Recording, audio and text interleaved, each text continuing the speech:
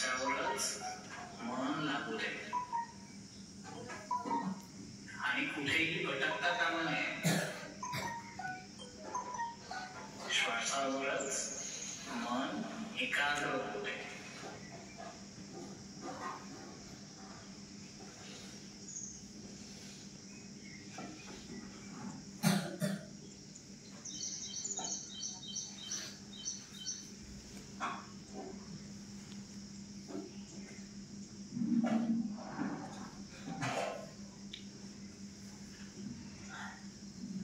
जानकारी होत आहे का श्वासाची? बघा,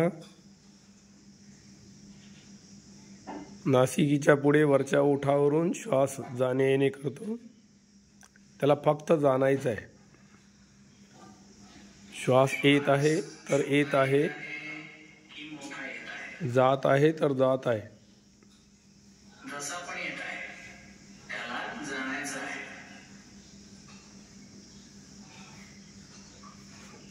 आता श्वास मोठा आला तर जाणायचा आहे मोठा आला.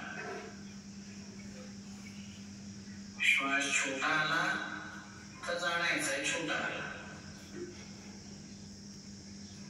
श्वास जड आला तर जाणायचा आहे जड आला. श्वास हलका आला तर जाणायचा आहे की हलका आला.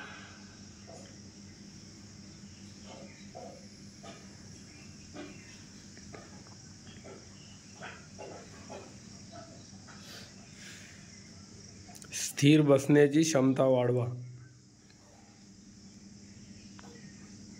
तुम्हाला मी मागे उदाहरण देऊन सांगितलं की एक घमेला भरलेल्या पाण्यामध्ये एक छोटासा खडा जरी टाकला तरी ते कंपन होते, पूर्ण तरंग उमटतात. असंच आपल्या शरीराला हलवल्यानंतर पूर्ण विचलित होते, स्थिरता राहत नाही. असंच श्वास जात आहे तर जसा आहे तसा जा. डोळे बंद ठेवा आणि श्वासाला जाणत राहा. जेव्हा श्वास येतो तेव्हा नाकाच्या दरवाजातूनच येतो. जेव्हा श्वास जातो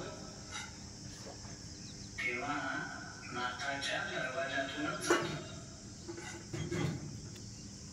तोंड तर आपण बंद ठेवले आहे. तोंडातून तर श्वास ये जा करत नाही, नाकातूनच ये जा करतो. तर मनाला तिथेच ठेवूया जिथून श्वास येतो श्वास जातो, तिथेच मन एकाग्र करा.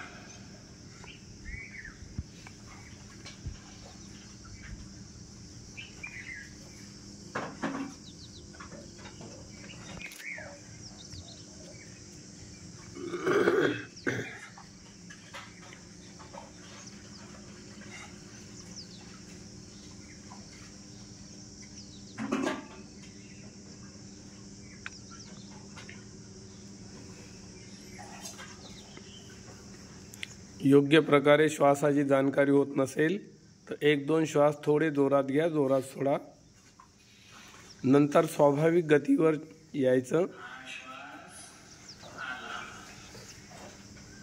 हा श्वास गेला. मोठा होता की छोटा होता, जड होता की हलका होता,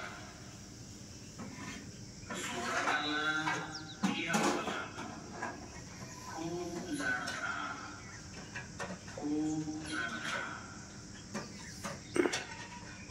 तसेच बाहेर गेला तर मोठा होता का छोटा, जड होता का हलका होता, जोरात गेला का हळू गेला. खूप जाणत राहा, खूप जाणत राहा.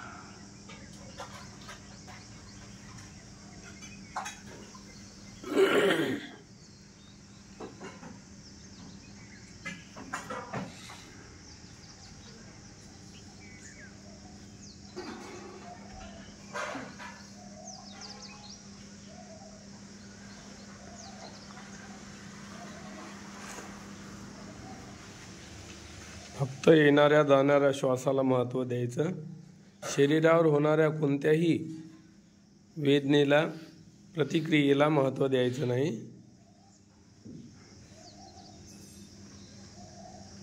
कधी कधी मन भटकेल,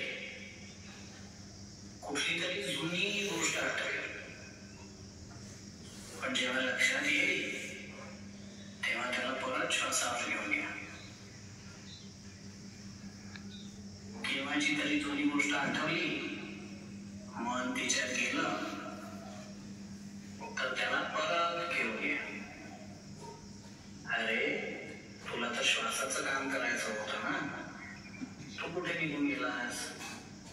परत ये, परत श्वासाला जाणायला लागेल. कधी कधी मन पुढच्या गोष्टींचा विचार करायला लागेल. असं होईल, असं करीन, तसं करीन, असं होणार नाही. अशा प्रकारे कोणी भविष्यातील गोष्टींचा विचार करायला लागेल. परत जाग येईल, परत त्याला श्वासावर आणा.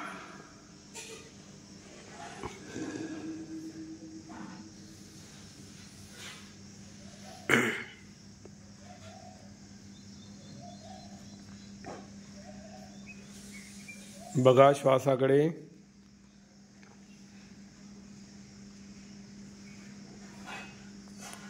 श्वासाची स्पष्ट जाणकारी होते की नाही. होत नसेल तर थोडे 1-2 श्वास जोरात घ्यायचे, जोरात सोडायचे. एकदमही जोरात नाही की दुसऱ्याला ऐकायला जाईल. नंतर तो श्वास स्वाभाविक गतीवर येतो, त्याला फक्त जाणायचं आहे. त्याला पुन्हा श्वासावर घेऊन येऊ. भविष्यात गेलं तर त्याला परत श्वासावर घेऊन येऊ. तर वर्तमानात आलं. यावेळी काय होत आहे, आधी जे